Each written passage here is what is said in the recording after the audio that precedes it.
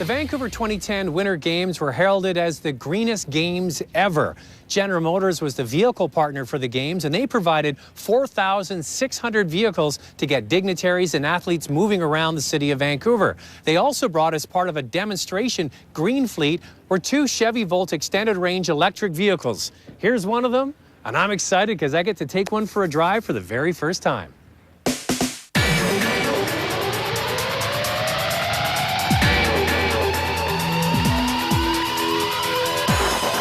The Chevy Volt has been one of the most anticipated cars to come in many, many years.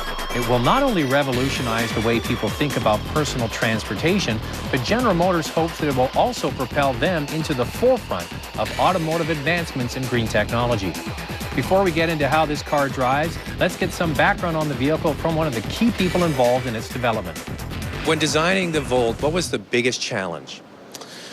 Well, the biggest technical challenge was the whole propulsion system with the battery and the electric motors and the internal combustion engine. If you're familiar with the Volt, you would know that the Volt starts off with 40 miles of electric range, and it's truly a pure electric car for those 40 miles. The IC engine or the gas engine does not kick on. It's not needed to accelerate up a hill or pull onto the highway, so it's purely an electric car. Of course, the beauty of the Volt is that you really don't have to worry about that 40-mile number, because what happens is when you discharge the battery to a certain safe, but about as low as we want to go condition, then we turn on the IC engine and we create electricity to continue to drive the car. So the biggest challenge, I think, is to make that system work and to make it seamless to the customer. Because when you're driving your car, you don't want some big event to happen when this engine turns on, much like, say, an air conditioning compressor comes on. Most people don't even know it comes on. That's really our target for the Volt. So when you're driving the car, you're in electric mode. When you eventually get to the point where your battery has discharged to a point again where it's safe or normal, then we turn the IC engine on, and as a driver, you don't know the difference. And again, I think that's what is so great about the Volt, is you don't have 40 miles to worry about or 80 miles to worry about. You have hundreds and hundreds of miles, just like a normal car.